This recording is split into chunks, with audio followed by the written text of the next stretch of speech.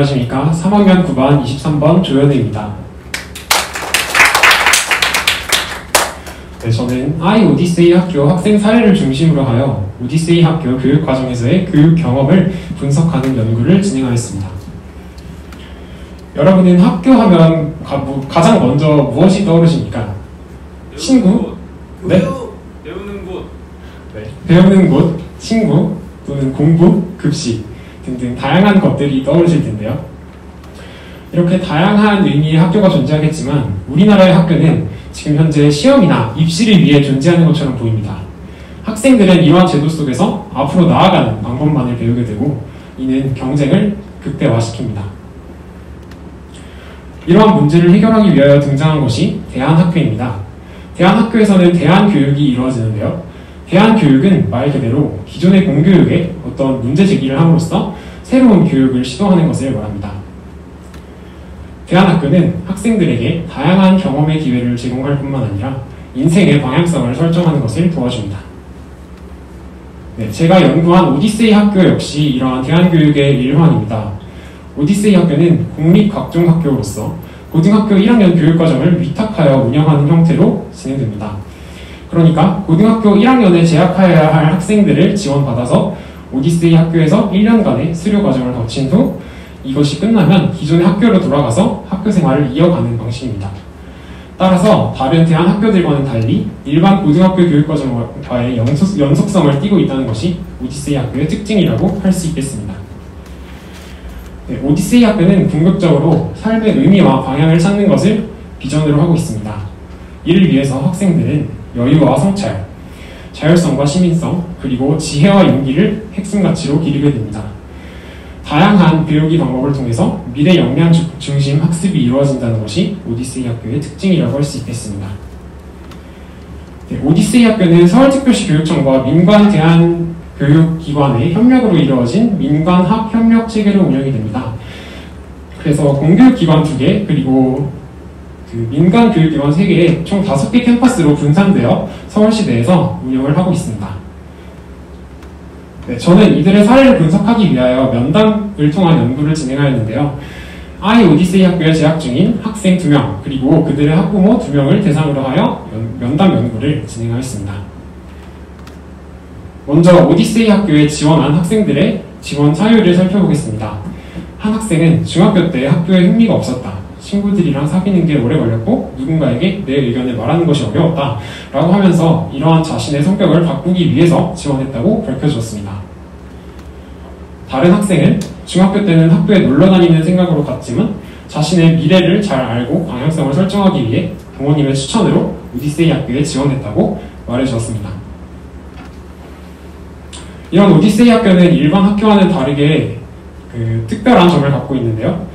면담했던 학생은 서로 얼굴을 보고 이야기하기 때문에 서로 자유롭게 의견을 나눌 수 있고 갈등이 있더라도 이를 해결하는 방식으로 일을 풀어나가는 것이 오디세이 학교의 가장 큰 장점이라고 언급해 주었습니다. 네, 보이시는 표는 이 아이 오디세이 학교의 1학기 일과표입니다. 학생들은 학교 교육과정 중 보통 교과와 대안 교과를 공부하게 되는데 박스가 쳐진 부분이 보통 교과입니다. 그러니까 일반 고등학교에서의 1학년 학생들이 배우는 과정을 이 학생들도 배우는 것이죠. 하지만 총 단위수 시간은 주 일주일에 9단위밖에 이루어지지 않고 1학기에는 국어, 한국사, 통합사회 3과목을 2학기에는 수학, 영어, 통합과학, 과학탐구실험의 4과목만을 공부하게 됩니다. 내용 찾은 부분 외에 남은 부분들은 모두 대안교과입니다. 그럼 이제 보통 교과와 대안 교과가 어떤 방식으로 운영되고 있는지 자세히 살펴보도록 하겠습니다. 보통 교과는 아까 말씀드렸듯이 우리가 지금 앉아 계신 학생분들이 1학년 때 배우셨던 국어, 한국사, 통합사회 과목인데요. 이러한 수업조차 일반 고등학교와는 다른 방식으로 진행이 됩니다. 학생의 면담을 살펴보면 글을 많이 읽는 수업이다, 원 같은 느낌이다, 정해진 것이 없는 느낌이다 라고 언급을 해주면서 선생님 또한 여러가지 방법을 시도해보시면서 가르치는 학생들에게 어떠한 방식이 가장 잘 맞을지를 고민하신 후에 계속 거듭하여 수정하는 유연한 방식으로 수업을 진행하신다고 합니다. 그리고 평가 또한 수행평가 중심으로 진행이 되는데요. 수행평가가 적게는 60%, 많게는 80%의 비율로 구성이 되어 있고 지필평가의 경우에도 대부분이 서술형 글쓰기 평가로 진행이 되고 있었습니다. 이제 대안교과입니다.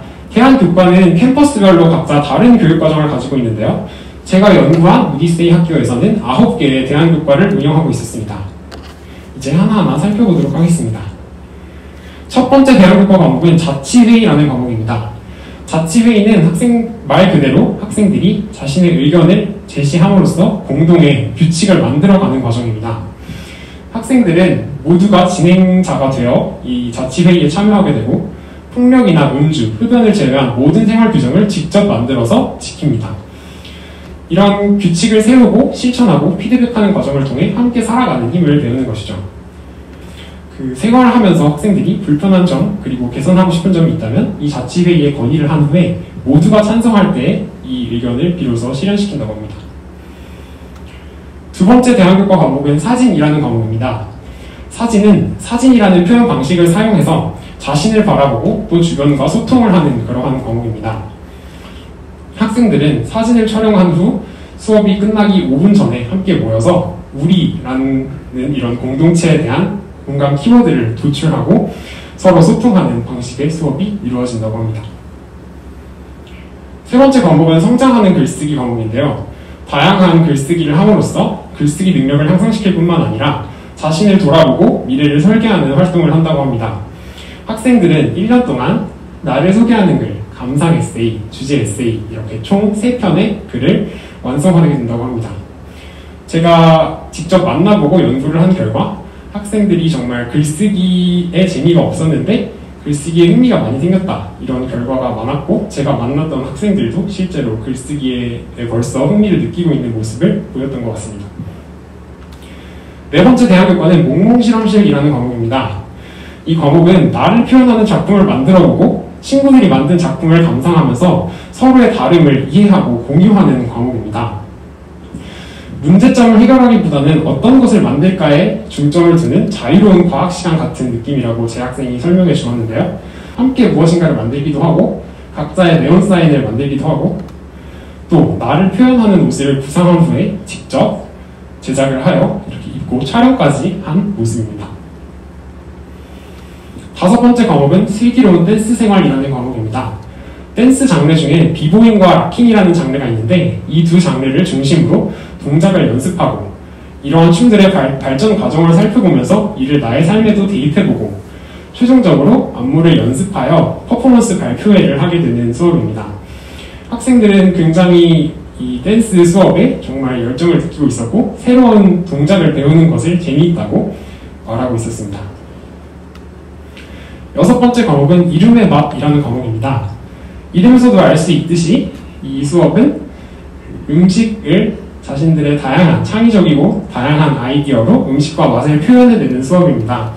이렇게 조별로 모여서 음식을 만들 뿐만 아니라 세계의 다양한 식생활이나 식문화 등등에 대해서도 논의를 해보는 수업입니다. 일곱 번째 수업은 코딩입니다. 아까 몽몽실험실이 원하는 것을 만들어보는 느낌이었다면 코딩은 일상생활의 문제를 해결하는 느낌입니다. 주변 사물의 원리를 관찰한 후에 나의 주변에서 보이는 문제점을 인식하고 이를 해결하여 궁극적으로는 타인을 위한 창의적인 모형을 설계하고 만드는 것을 목적으로 한다고 합니다. 예를 들면 선생님이 로봇팔을 만들라는 과제를 제시하셨는데 로봇팔이 물건을 잘 집지 못하는 경우 어떤 학생들은 코딩을 더욱 정밀하게 함으로써 또 다른 어떤 학생들은 부품을 교체함으로써 문제를 해결해 나가는 그런 수업입니다. 각자만의 방식으로 문제를 해결한다는 점이 이 코딩 수업의 특징이라고 할 수 있겠습니다. 여덟 번째 교과는 프로젝트입니다. 이 수업에서 학생들은 프로젝트 여행을 떠나게 됩니다. 그런데 이 프로젝트 여행을 학생이 모든 그 기획과 운영 단계에 학생이 주도하여 참여하게 됩니다. 어디를 갈지, 가서 무엇을 할지, 누구를 만날지, 숙소는 어디로 할지, 동선은 어떻게 짤지 등등등 모든 것을 학생들이 기획합니다.